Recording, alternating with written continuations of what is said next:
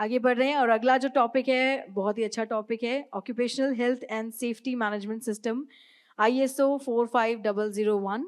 For that I request doctor S Rampuri sir, आप हमें please join करेंगे on stage. एक बार जोरदार तालियां हो जाए इनके लिए भी। He is chairman of IACI, charter engineer in mechanical, charter engineer in safety, MTech and EDOSHEM, PD, PGDGC, PGHRD, SMISC, DIS, IDO, HSMS, PGDF and LSA scholar with 20 plus experience in field of EHS। चाहेंगे एक बार जोरदार तालियां हो जाएं sir के लिए। शुरुआत भी इन्होंने ही की थी। जोरदार तालियां कहा था, आप लोग तालियों में थोड़ी सी कंजूसी कर रहे हैं। जो लोग राइट में बैठे हैं मेरे, आप लोगों से भी रिक्वेस्ट है बराबर से आप लोग भी तालियों का साथ देंगे।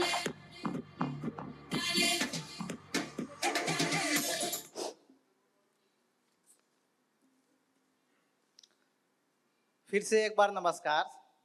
जैसा सुबह में हमने इंस्टीट्यूशन ऑफ सेफ्टी इंजीनियर्स के बारे में ब्रीफ किया था, तो नाम बताया था, मेरा नाम डॉक्टर एस रामपुरी हुआ। अभी हम क्या है कि समय का अभाव है, तो डायरेक्टली क्या है कि टॉपिक पे आते हैं और इसको शुरू करते हैं। तो बात करेंगे occupational health safety management systems ISO 45001, यानी रेफरेंस इसी का है। तो occupational health safety management systems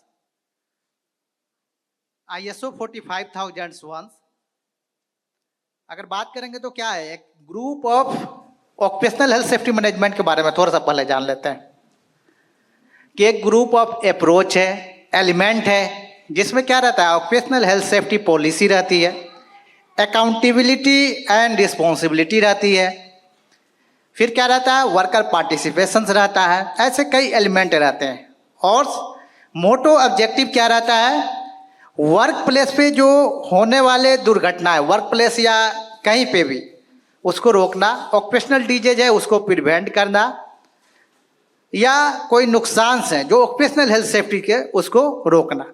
तो ISO 4501 पे आते हैं। पहले जो occupational health safety management system की बात करेंगे तो क्या था, OSAJ 80001 था, यानी occupational health safety assessment series,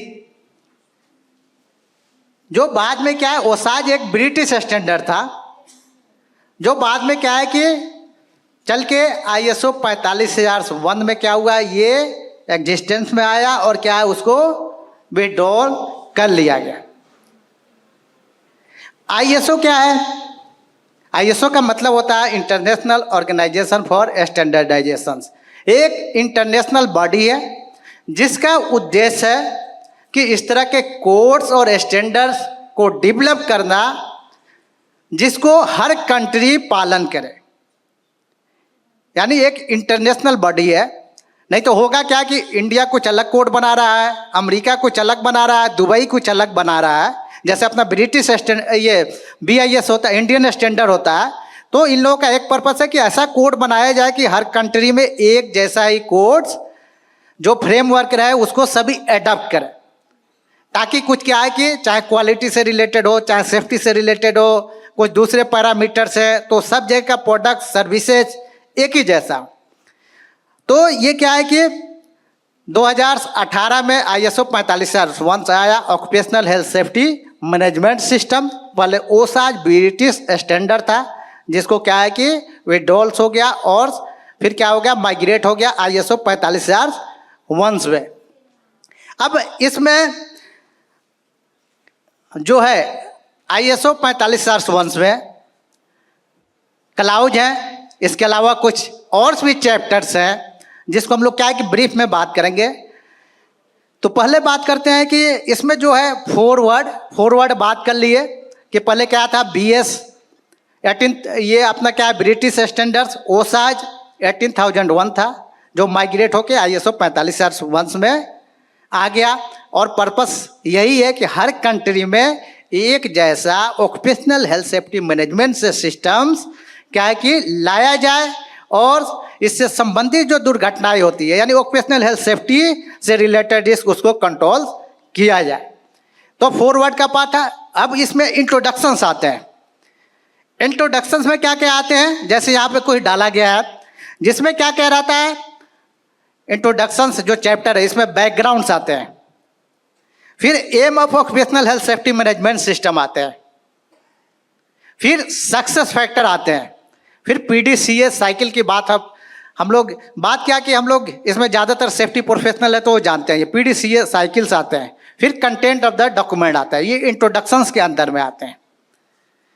तो बैकग्राउंड का मतलब है कि कोई भी ऑर्गेनाइजेशंस, हम लोग क्या है कि ISO 4501 में ऑर्गेनाइजेशंस पे बात करते हैं, क्योंकि फैक्ट्री एक्ट में जाएंगे वहाँ फैक्ट्री मिलेगा, या दूसरे कोड में क्या है कि कुछ इंडस्ट्री टर्म रहता है, मगर 4501 में क्या ऑर्गेनाइजेशन के नाम से ही रेफर किया जाता है।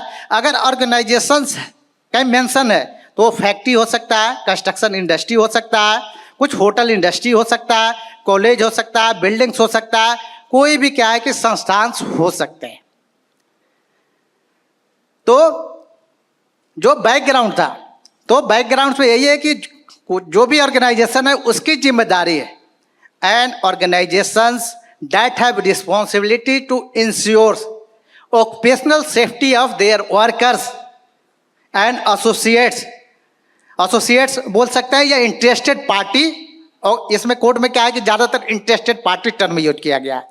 इंटरेस्टेड पार्टी में कौन कौन होगा, क्योंकि देखेंगे कोई प्लांट्स में बहुत से ऐसे हैजार्ड रहते हैं कि जैसे क्या गैस लीक हो गया, नियर बाई पीपुल्स इफेक्टेड हो गए, या कुछ इस तरह की घटना हो गई, या क्या होता है कि एक प्लांट में इंसिडेंट होते हैं तो दूसरे भी संस्थान इफेक्टेड होते हैं, वो सब क्या इंटरेस्टेड पार्टी यहाँ पे टर्म्स यूज किया गया है। तो ये हर ऑर्गेनाइजेशंस की जिम्मेदारी है कि ऑक्यूपेशनल हेल्थ सेफ्टी से रिलेटेड रिस्क को कंट्रोल्स करे, अपने वर्कर की क्या है कि ऑक्यूपेशनल हेल्थ सेफ्टी को इंश्योर करे, जो भी इंटरेस्टेड पार्टी है उसके ऑक्यूपेशनल हेल्थ सेफ्टी को वो इंश्योर करे। तो बैकग्राउंड्स में ये बताता है। फिर aim of occupational health safety management systems, इसमें भी क्लियर से यही है कि occupational health safety management system का जो एम है कि इफेक्टिव हम लोग क्या है कि इस कोड को क्या है कि इन्फोर्स करें, इम्प्लीमेंट करें, ताकि ऑर्गेनाइजेशन में जो रिस्क है उसको कंट्रोल्स करें और ऑर्गेनाइजेशन के ऑक्यूपेशनल हेल्थ सेफ्टी परफॉर्मेंस को इम्प्रूव करें। फिर क्या है सक्सेस फैक्टर, हम लोग बात करते हैं अरे ये सिस्टम इम्प्लीमेंट कर दिए, वो कर दिए, मगर दुर्घटना नहीं रुक रहा है।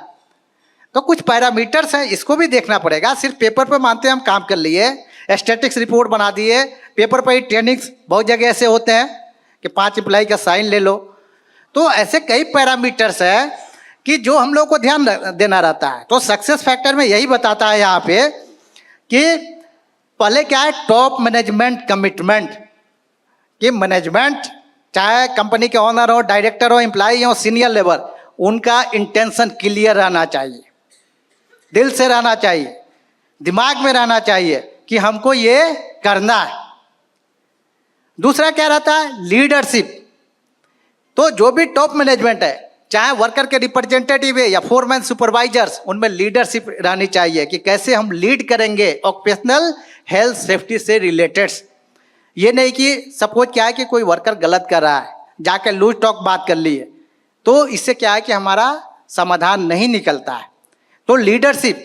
दूसरा क्या होता है वर्कर पार्टिसिपेशंस, क्योंकि बहुत से संस्थान में ऐसे होता है कि बड़े बड़े प्रोग्राम करते हैं, भैया वर्कर को नहीं बुलाएंगे, वर्कर के रिप्रेजेंटेटिव को नहीं बुलाएंगे।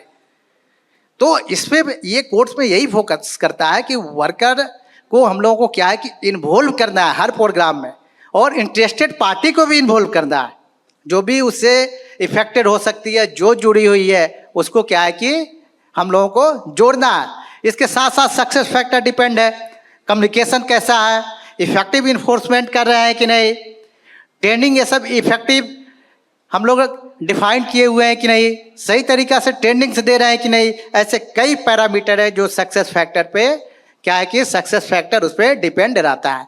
अब पीडीसीए साइकिल्स जो अप्रोच बोलते हैं, ये आपका क्या है कि फर्स्ट इंट्रोडक्शन से उसी में है कि पीडीसीए साइकिल एक अप्रोच के द्वारा हम लोग कैसे ऑक्यूपेशनल हेल्थ सेफ्टी से संबंधित जो रिस्क है उसको कंट्रोल कर सकते हैं। तो पीडीसीए साइकिल का मतलब क्या होता है? सेफ्टी या ऑक्यूपेशनल हेल्थ सेफ्टी में कितने लोग बता सकते हैं पीछे से? Okay, correct. तो प्लान डू चेक एक्ट, तो इसमें प्लान में यही होता है कि हम लोगों को क्या है कि ऑक्यूपेशनल हेल्थ सेफ्टी से संबंधित जो रिस्क है उसको एक्सेस करना है, इवैल्यूएट करना है। फिर प्लानिंग में ही आता है कि ऑब्जेक्टिव को भी हम लोगों को आइडेंटिफाई करना है। फिर क्या होता है, हम लोग कई जगह बात करते हैं लीगल रजिस्टर्स, ये सब, तो वो क्या है, वो सब प्लानिंग का पार्ट्स है। कि सपोज मेरी जो इंडस्ट्री है यहाँ पे क्या है कि कौन कौन रूल्स अप्लीकेबल्स हैं, किस रूल के तहत हमको क्या है कि कन्फर्मेंस का मतलब हो गया कि जो एज पर द रिक्वायरमेंट या रिस्क को कंट्रोल करने के लिए जो मेजर लेना है वो लिए हुए हैं।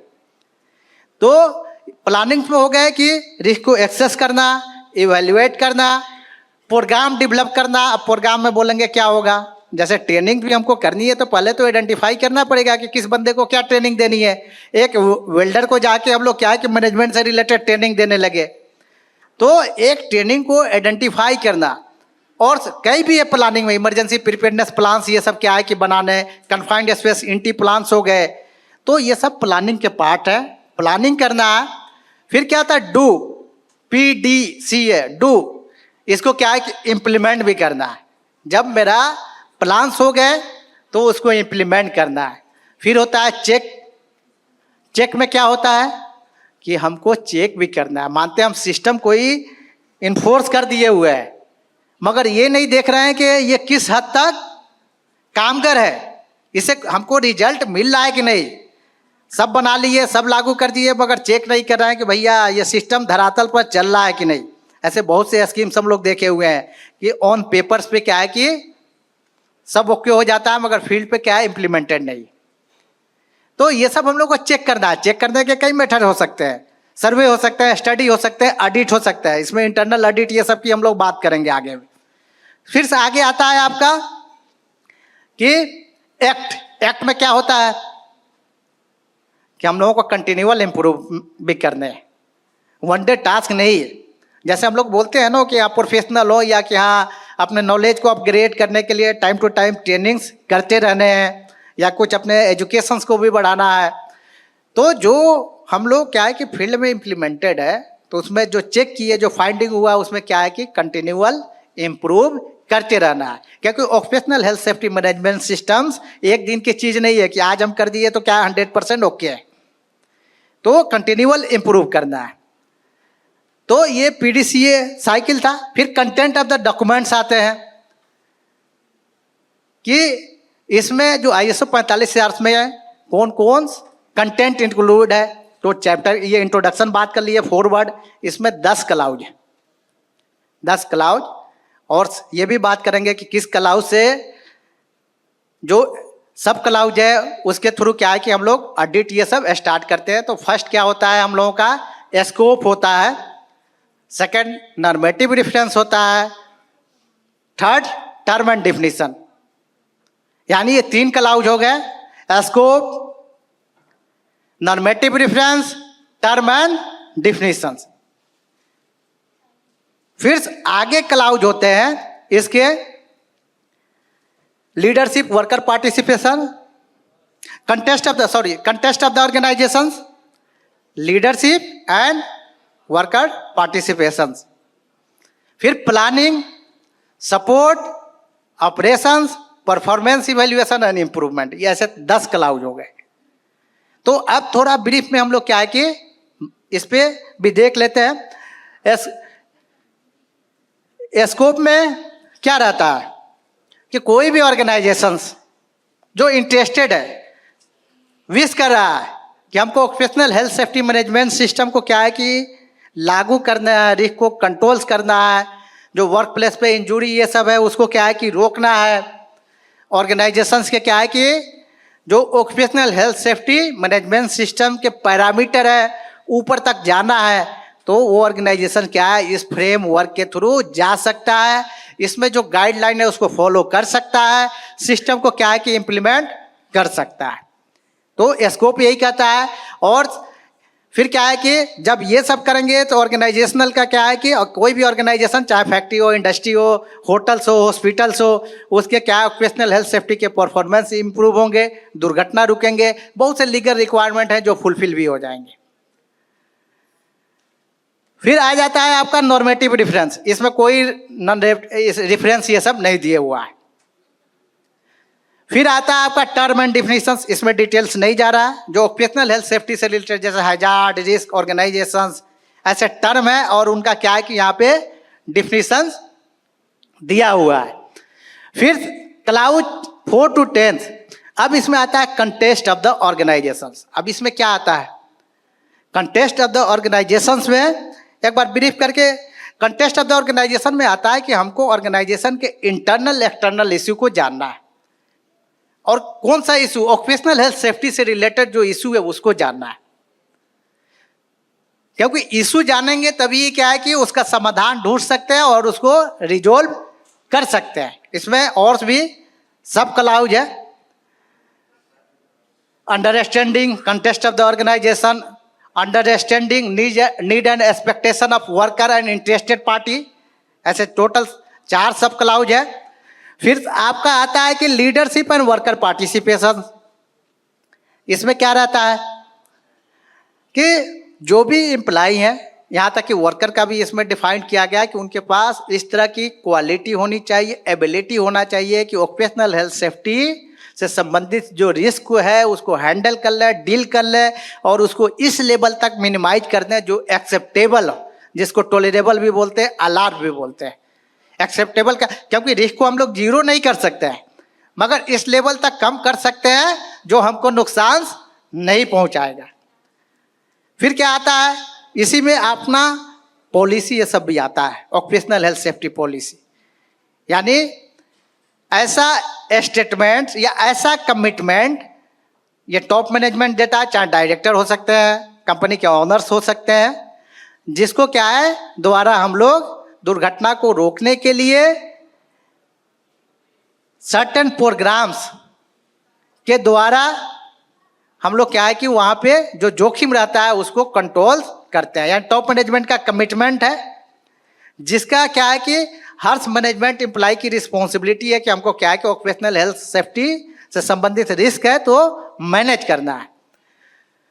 फिर से आ जाता है आपका प्लानिंग। प्लानिंग में भी कई क्लॉज है, एक बार से उसको ये ओपन कर देते हैं।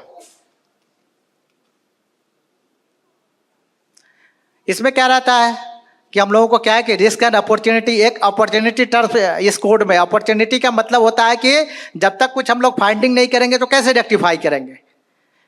जैसे हम लोग ऑर्गेनाइजेशंस में देखेंगे कि हम लोगों का जो बोलते हैं कि आइडेंटिफाई, हैजार्ड को आइडेंटिफाई करना, near miss reporting very poor से, और फिर क्या है कि बोलते हैं कि यहाँ ऑर्गेनाइजेशंस में सब अच्छा चल रहा है। तो अवसर हमको कब मिलेंगे, जब फाइंडिंग रहेगा। जब हम अपने आप में ये नहीं जान पाएंगे कि हम में कमी कैसे है तो सुधारेंगे कैसे। तो ऑर्गेनाइजेशंस में जैसे क्या है कि रिस्क को आइडेंटिफाई करना, फिर अपॉर्चुनिटी ढूंढना, जब लगेगा कि यहाँ पे सर्टेन गैप्स है, कमी है, तो फिर क्या है कि उसको हम लोग सुधार सकते हैं। तो ये इसमें क्या है कि 2 पार्ट है सब क्लाउड का, उसी के अंदर में action to address risk and opportunity. फिर आता है आपका वैसे ऑब्जेक्टिव प्लानिंग एंड अचीवमेंट, क्योंकि ऑब्जेक्टिव क्या है कि हमको आइडेंटिफाई करना पड़ेगा। कुछ भी मानते हैं कि हम पढ़ाई कर रहे हैं, तो जैसे सुबह में भी क्या है कि हम लोग बिहेवियर बेस पे बात कर रहे थे कि ज़्यादातर गोल ये होता है कि जॉब लेना है।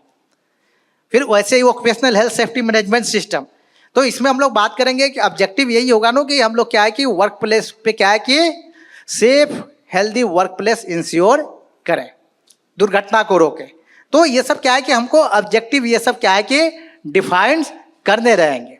फिर लीगल रिक्वायरमेंट ये सब भी इसमें है कि क्या है कि लीगल रिक्वायरमेंट, क्योंकि क्या है उसके थ्रू जो लीगल रजिस्टर बोलते हैं जब आइडेंटिफाई हो जाता है तो ईजी होता है कि हाँ यहाँ पे ये रिक्वायरमेंट है, उसके थ्रू क्या है कि हमको कन्फर्मेंस यानी कंप्लायंस को करना है। फिर ये सपोर्ट आता है, ये भी क्या है कि 7 क्लाउज में 7 में ये भी बहुत महत्वपूर्ण है, क्योंकि सभी क्या है कि ओके है मगर सपोर्ट्स में कमी रहेगी। इसमें क्या है कि इतने सब क्लाउज है, resources, competence, awareness, communication, documented information, यानी क्या है कि रिसोर्सेज नहीं रहेगा, रिसोर्सेज में क्या हो सकता है, मानते हैं एक बड़ा प्लांट है, वहाँ पे क्या है कि कोई सेफ्टी ऑफिसर्स नहीं है, या पीपीई है जो उसकी एबिलिटी नहीं है, या संबंधित जो मानते हैं ऑक्यूपेशनल हेल्थ सेफ्टी जो रिस्क है उसको कम करने के लिए हमको जो रिक्वायरमेंट है वो नहीं है, तो फिर क्या है कि इफेक्टेड होगा अपना ऑक्यूपेशनल हेल्थ सेफ्टी परफॉर्मेंस। कंपटेंस बता दिए हम, क्या है कि एक एग्जांपल ले लीजिए कि सेफ्टी ऑफिसर को ही अपॉइंट किए हुए हैं, इसको क्या है दिमाग पर लेने का, दिल पे नहीं लेने का। जैसे बोलते हैं ना कि बहुत से ऑर्गेनाइजेशन का जस्ट टारगेट रहता है कि सेफ्टी ऑफिसर अपॉइंट करना है दिखाने के लिए, तो फिर वो सही से जब हैजार्ड आइडेंटिफाई नहीं करेगा कि यहाँ पे किस तरह की जोखिम है, उसमें क्या रिस्क है, कैसे उसको क्या है कि कंट्रोल्स करना है, जब ये जानेगा तभी तो मैनेजमेंट को पुट कर सकता है, शेयर कर सकता है कि इस तरह के जोखिम से। वैसे ही एक वर्कर ही हायर करते हैं तो क्या है कि कुछ फाइनेंशियल या कुछ भी इशू हो सकता है, कुछ सर्टन गाइडलाइन नहीं है, कोई भी जो वेल्डिंग मारता है जस्ट बुला लो, क्योंकि एमएनसी कंपनी में जाएंगे तो उसमें सर्टन गाइडलाइन रहता है कि वेल्डिंग के साथ साथ उसका देखेंगे सेफ्टी के नॉलेज भी क्या है, दूसरे जो पैरामीटर है उसको भी हम लोग चेक करते हैं। तो क्या है कि कंपटेंस यानी क्या है कि उसके पास उससे संबंधित प्रशिक्षण हो, अगर इंजीनियरिंग में बात करेंगे तो फिर क्वालिफिकेशन, एक्सपीरियंस हो, व्यक्ति को उससे संबंधित जोखिम के बारे में जानकारी हो, यानी ऑक्यूपेशनल हेल्थ सेफ्टी की बात कर रहे हैं तो संबंधित जोखिम के बारे में उसको जानकारी रहना चाहिए और कैसे कंट्रोल्स करेंगे। फिर अवेयरनेस में ये आते हैं कि अगर कोई ऑर्गेनाइजेशन से वहाँ पे मैन पावर से एम्प्लॉय ये काम कर रहे हैं तो टाइम टू टाइम ऐसे प्रोग्राम को डिफाइन करना, डेवलप करना है, जिसके द्वारा हम लोग अवेयरनेस को बढ़ा सके, जिसमें ट्रेनिंग भी एक पार्ट है। जैसे क्या है कि गेट मीटिंग्स बहुत जगह चलता है या दूसरे मोटिवेशनल प्रोग्राम, ये सब क्या अवेयरनेस के पार्ट है। फिर हो गया कम्युनिकेशंस, कम्युनिकेशन क्या है कि इफेक्टिव होना चाहिए, इसमें डिफाइन किया गया इंटरनल और एक्सटर्नल कम्युनिकेशंस। फिर आगे है डॉक्यूमेंटेड इन्फॉर्मेशन, डॉक्यूमेंटेड इन्फॉर्मेशन भी रहना चाहिए, ये नहीं कि भरभली क्या है कि हम लोग कुछ बात कर लिए और उसको क्या है कि डॉक्यूमेंट में नहीं रखे हुए हैं, तो डॉक्यूमेंटेड रहना चाहिए। ऑपरेशनल प्लानिंग एंड कंट्रोल्स, इसमें जो है 2 सब क्लाउज है, operational planning and control, emergency preparedness, यानी इसमें क्या है हायरार्की ऑफ कंट्रोल्स भी आते हैं, जो हम लोग बात करते हैं हैजार्ड को कंट्रोल्स कैसे करना है। क्या क्या होता है, कोई हाथ उठाएगा? हायरार्की ऑफ कंट्रोल्स, पीछे से माइक है थोड़ा दीजिए तो मैडम। ISO 45001 में क्या दिया हुआ है?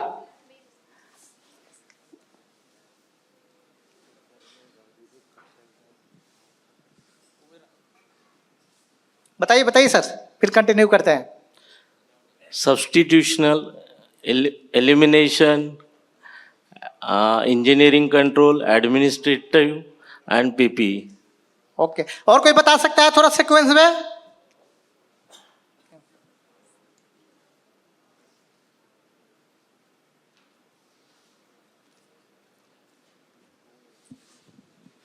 Elimination, substitution, administrative, engineering control, administrative and PPs. ठीक है, तो ISO में जो दिए हुआ है ना, फर्स्ट है एलिमिनेशंस, फिर सब्स्टिट्यूशन, इंजीनियरिंग कंट्रोल्स, एडमिनिस्ट्रेटिव और पीपी। कुछ जगह हम लोग ऐसे भी बात करते हैं कि एलिमिनेशन, आइसोलेशन, सब्स्टिट्यूशन, तो आइसोलेशन को ISO में क्या है कि इंजीनियरिंग में डाले हुआ है। तो एलिमिनेशन का मतलब होता है कि हैजार्ड को हम लोग पूरी तरह एलिमिनेट कर दें, चाहे किल कर दें, पूरी तरह खत्म कर दें। सब्स्टिट्यूशन का मतलब होता है कि अपने काम करने के तरीका चेंज कर दें, या जो टूल्स एंड टेकल्स यूज कर रहे हैं उसमें रिस्क है तो दूसरा टूल टेकल से इस्तेमाल करें, या कोई मटेरियल का इस्तेमाल कर रहे हैं जिसमें क्या है कि जोखिम है, उसके बदला अल्टरनेट सोल्यूशन है तो दूसरे मटेरियल का इस्तेमाल करें। तो सब्स्टिट्यूशन हो गया। इंजीनियरिंग कंट्रोल मेथड जैसे होता है कि कुछ रोटेटिंग पार्ट से गार्ड दे दिए, या जैसे fire detection, suppuration system auto में ये सब है, तो ऐसे कई इंजीनियरिंग कंट्रोल्स हो सकते हैं। एडमिनिस्ट्रेटिव में क्या होता है कि रूल रेगुलेशन बनाना, इन्फोर्स करना, ट्रेनिंग देना, वर्क परमिट इम्प्लीमेंट करना, तो ये सब क्या है एडमिनिस्ट्रेटिव। पीपी लास्ट में रहता है हायरार्की ऑफ कंट्रोल में, क्योंकि ये हैजार्ड को एलिमिनेट नहीं करता है, only severity of the harm को कम करता है। यानी क्या होता है कि दुर्घटनाएं तभी होती है, पहला तो क्या है कि वहाँ पर पोटेंशियल सोर्स ऑफ हार्म रहेगा, फिर दूसरा क्या रहता है कि लाइटलीहुड ऑफ इवेंट की है, और दूसरा क्या है कि सेवेरिटी ऑफ हार्म।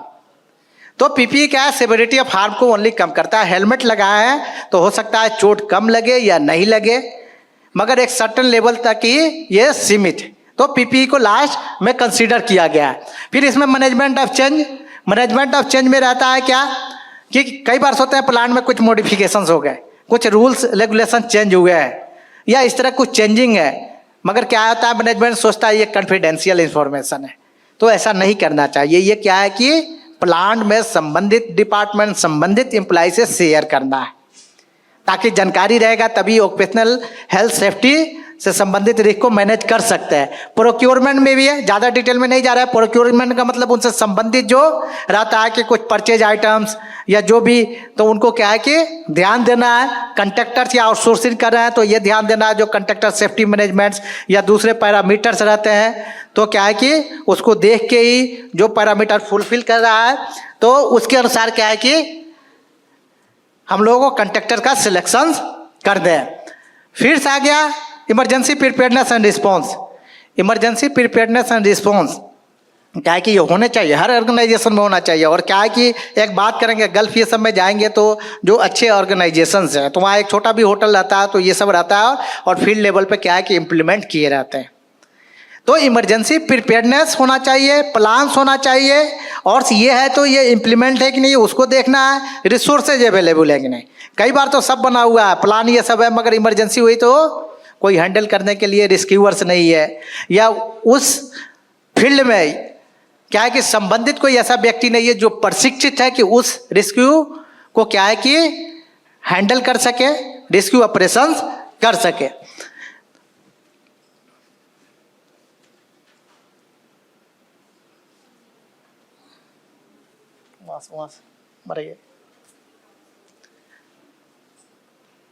अब परफॉर्मेंस इवैल्यूएशंस, इसमें है monitoring, measurement, analysis and performance evaluation, internal audit, ये सब है। तो परफॉर्मेंस इवैल्यूएशंस में क्या करना है कि occupational health safety management system से संबंधित जो भी पैरामीटर्स हैं तो ये सब हम लोगों को देखना है कि इसको इवैल्यूएट कैसे करें, क्योंकि इवैल्यूएट करेंगे गैप्स मिलेगा तभी इम्प्रूवमेंट कर सकते हैं। जैसे क्या है कि लीडिंग लैगिंग इंडिकेटर की सुबह में बात हुई। फिर क्या है कि कुछ इसमें क्या है कि occupational health safety management system audits जो स्टार्ट होता है क्लाउज 4 से लेके 10 तक, इसी से क्या है कि सब ये जो सब क्लाउज है उसी से क्या है कि सर्टेन आइटम्स तैयार हैं, उस बेस पर क्या है कि हम लोग ऑडिट करते हैं। तो ये सब के थ्रू क्या है कि हम लोग परफॉर्मेंस को, दूसरे कई पैरामीटर्स हो सकते हैं जो static accident rate, frequency rate, अगर क्या है कि उसमें कुछ चेंजिंग हो रहा है फिर उसका डीप स्टडी करेंगे, उस बेस पर भी परफॉर्मेंस को इवैल्यूएट कर सकते थे। फिर मैनेजमेंट रिव्यू, इसमें क्या रहता है कि मैनेजमेंट को टाइम टू टाइम्स रिव्यू करना है, गैप को आइडेंटिफाई करना है, और कुछ चांसेज है तो फिर क्या रहता है कि नेक्स्ट स्लाइड, फिर क्या है कि उसको कंटिन्यूअस इम्प्रूवमेंट भी करना है। जो इम्प्रूवमेंट में क्या था कि इसमें कुछ रिएक्टिव मेजर भी लिया गया है कि क्या है कि कुछ इंसिडेंट हो गए तो ये नहीं कि उसको ऐसे ही छोड़ देना है, कुछ नियम मिस हो गए तो ऐसा नहीं है कि उसको छोड़ देना है। हम लोगों को क्या है कि इन्वेस्टिगेट करना है प्रॉपर से, सर्टन क्या एक्सीडेंट इन्वेस्टिगेशन प्रोग्राम होने चाहिए। उसमें क्या रहता है कि रिपोर्टिंग का प्रोसीजर क्या रहेगा, कितने टाइम्स के अंदर रिपोर्ट्स करने हैं, कौन व्यक्ति उसको इन्वेस्टिगेट करेगा, इन्वेस्टिगेट करके उसको क्या है कि कैसे रिपोर्ट सबमिट करनी है, कैसे उसको इन्फोर्स करना है ताकि रीअकरेंस ये सब नहीं हो। कुछ फाइंडिंग भी होता है, दूसरे भी इवेंट्स होते हैं जो OHS से रिलेटेड है तो उसको क्या है कि हमको रिपोर्ट्स करने हैं, फिर क्या इन्वेस्टिगेट करना है, करेक्टिव्स एक्शन लेना है। Next slide. फिर इसमें एक और टर्म आता है ISO 45000, OHS एंड OSS दोनों सेम टर्म है, इसमें कंफ्यूज नहीं होना है। Occupational health safety and occupational safety and health, ये क्या है, दोनों एक ही टर्म है। इस फ्रेमवर्क में क्या है दिया है कि दोनों एक ही टर्म है। फिर आपका क्या आता है कि एनेक्चर भी एक है, गाइडेंस फॉर यूज, मैंने इस डॉक्यूमेंट का कैसे हम लोगों को यूज करना है। ये नॉर्मल से है, अपना इंडियन स्टैंडर्ड के कोड से उठाया गया है कि फर्स्ट हमको हमारे पास पॉलिसी होनी चाहिए, प्लानिंग होनी चाहिए, implementation and operation, checking and corrective action, management review, continual improvement. तो ये कुछ बेसिक था। कुछ पूछना है, टाइम कम है तो डिटेल्स में अब नहीं जा रहा है, कुछ पूछना है?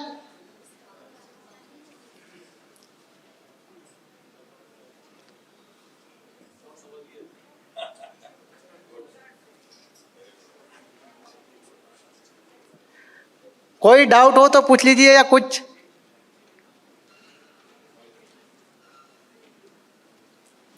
Okay, thank you. मैम तालियां बजा रही हैं, कह रही है thank you so much for the wonderful session. ये काम नहीं कर रहा हूँ।